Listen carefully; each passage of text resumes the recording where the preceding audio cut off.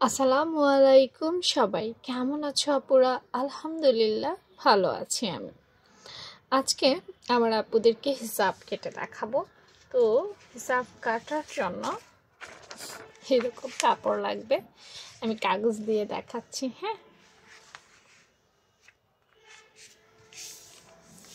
কাগজটা একটু ছোট করে নিচ্ছি যাতে তোমাদেরকে বোঝাতে ভালো হয়।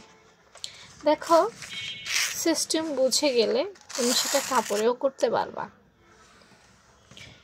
হিসাবটা আমি 2 পার্ট দিয়ে কাটি, এক একজন এক একভাবে কাটে। আমি বরাবরই বলি কারো নিয়ম ভুল না, আসলে পদ্ধতিটা এক একজনের এক এক রকম হওয়ার কারণে এক একটা হয়। তা আপু আজকে আপুর পদ্ধতি দেখাবো। দেখো, আপুর পদ্ধতি হয়েছে উপর থেকে ভাঁজ দেওয়া। এইভাবে হিজাব যেহেতু একটা রাউন্ড জিনিস, তাই আমি এভাবে ভাঁজ দিই। এখান থেকে এখানে লম্বাটা নিবা, এখান থেকে এখানে চওড়া বা ঘেরের অংশটা নিবা।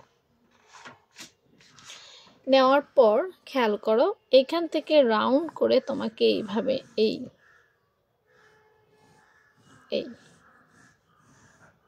শেপটা দেখো এমনে। হ্যাঁ, খেয়াল রাখবা সামনে থেকে পেছনে যেন বড় থাকে, এতটুকু খেয়াল করলেই হবে। তারপর সুন্দর করে কেটে ফেলবো।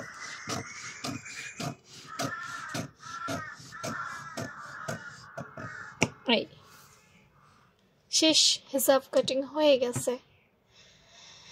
তো দেখো 2টা পার্ট, আমি বলছি না 2টা পার্ট, এই যে দেখো 2টা পার্ট। হ্যাঁ, এমনই হিসাব কাটিং করি আমি। তারপর এটা খোলার পর এমন হয়। এখন হিসাব হলো কিভাবে? হিসাব হলো এইভাবে, এখানে একটা পার্ট হবে, এখানে একটা পার্ট হবে। এটা ছোট পার্টটা সামনের পার্ট, বড় পার্টটা পেছনের পার্ট।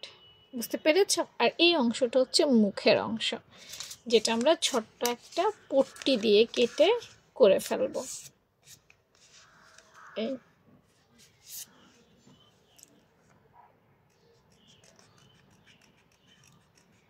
না, এইখানে এটা থাকবে।